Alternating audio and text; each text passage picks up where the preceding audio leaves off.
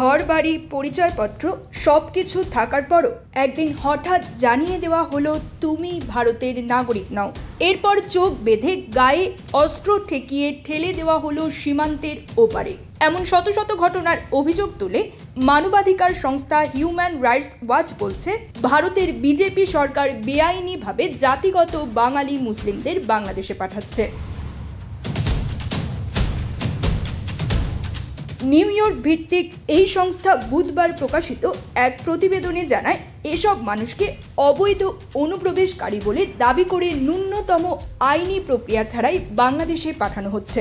অনেকেই প্রকৃত ভারতীয় নাগরিক হওয়া সত্ত্বেও বৈষম্যের শিকার হয়েছেন। সংস্থাটির এশিয়া পরিচালক এলেইন পিয়ারসন বলেন, সরকার যেভাবে অনুপ্রবেশ ঠেকানোর কথা বলছে তা বিশ্বাসযোগ্য নয়, কারণ এতে মানবাধিকার, আইনগত অধিকার ও আন্তর্জাতিক নীতিমালা সম্পূর্ণভাবে উপেক্ষা করা হচ্ছে। লন্ডনে এত বড় মাছ, ওয়াও! মাছে ভাতে বাঙালি, আর সেই মাছ পেতে আসুন লন্ডন ফিশ নেটে।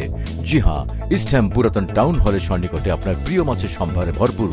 আসুন, দেখুন, বাজার করুন ছোট বড় সব ধরনের মাছ। HRW জানায়, জুন মাসে তারা 9টি ঘটনার ভুক্তভোগী ও স্বজনদের সাক্ষাৎকার নিয়েছে, যাদের মধ্যে কেউ কেউ পরে ভারতীয় নাগরিকত্বের প্রমাণ দিয়ে পুনরায় ভারতে ফিরে আসেন। বর্ডার গার্ড বাংলাদেশ জানিয়েছে, গত 7 মে থেকে 15 জুন পর্যন্ত কমপক্ষে 1500 জন পুরুষ, নারী ও শিশু, তাদের মধ্যে প্রায় 100 জন রোহিঙ্গা বাংলাদেশে ঠেলে দিয়েছে ভারত। বিশেষ করে আসাম, গুজরাট, উত্তরপ্রদেশ, রাজস্থান ও মহারাষ্ট্র রাজ্যে বাঙালি মুসলিমদের আটক করে BSF এর মাধ্যমে সীমান্তে পাঠিয়ে দেওয়া হয়। অভিযোগ রয়েছে, ধমক, মারধর ও অস্ত্রের ভয় দেখিয়েই তাদের দেশ ছাড়তে বাধ্য করা হয়। জাতিসংঘের বিশেষ দূত টম অ্যান্ড্রুজ এই ঘটনাকে বলেছেন নন রিফাউলমেন্ট নীতির সরাসরি লঙ্ঘন। বাংলাদেশ সরকার বলেছে, এই পুশিং নীতির মাধ্যমে ফেরত পাঠানো গ্রহণযোগ্য নয়। News desk, UKBD Times.